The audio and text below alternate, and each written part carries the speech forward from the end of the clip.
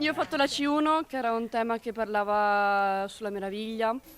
E io invece ho fatto la traccia B3 di Frank Furendi, se non sbaglio, che parlava del confine tra le generazioni, in particolare tra l'adolescenza e l'età adulta, e centrava molto la maturità. È il tema dedicato alla meraviglia, partendo dall'articolo della giornalista tedesca Wenke Husmann, la traccia che sembra aver più appassionato i maturandi alle prese con la prima prova dell'esame di maturità.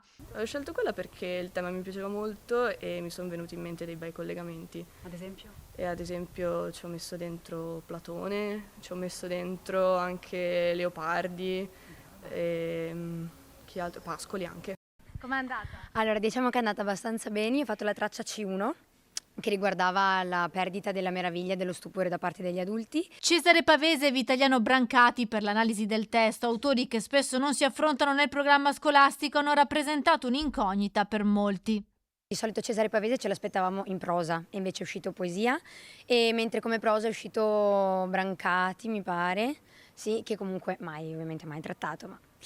Tracce un po' particolari, io non mi aspettavo, è uscito Pavese per la A e un altro autore che non mi ricordo perché non abbiamo minimamente fatto. Ecco, Brancati. Ho fatto C2 che sarebbe sulla fatica e quindi quanto è importante la fatica nella società, cos'è la fatica adesso. Per l'attualità anche un pezzo tratto da Svegliarsi all'alba di Mario Calabresi, per il testo argomentativo una traccia del giornalista scientifico Piero Bianucci e del sociologo Frank Furedi sui confini. Non facili, ma neanche impossibili. Cioè, erano fattibili. Poi Più speriamo difficili bene, degli scorsi, onestamente. secondo me, però questi sono più difficili da sviluppare. Nel Esatto. senso che il materiale è relativamente poco, perché si può scadere facilmente nel banale.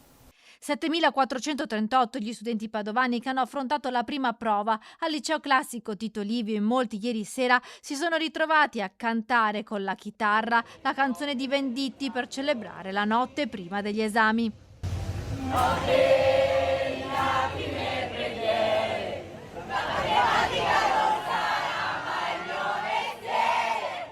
Gli esami di maturità, nella forma rinnovata dalla riforma voluta dal ministro Valditara, prevedono ora la seconda prova di indirizzo, poi la prova orale. Per gli studenti l'ostacolo maggiore per ora è il caldo. Avevo almeno la fortuna di essere di fianco a una finestra, quindi... Ventilatore, poi ognuno aveva il ventaglio, poi c'era chi aveva anche il ventaglietto, quello che andava così, ero così e poi ero in secondo banco, quindi girava un po' il ventilatore. Io ero vicina all'unico ventilatore, quindi ho respirato un minimo, per fortuna. Faceva tanto caldo.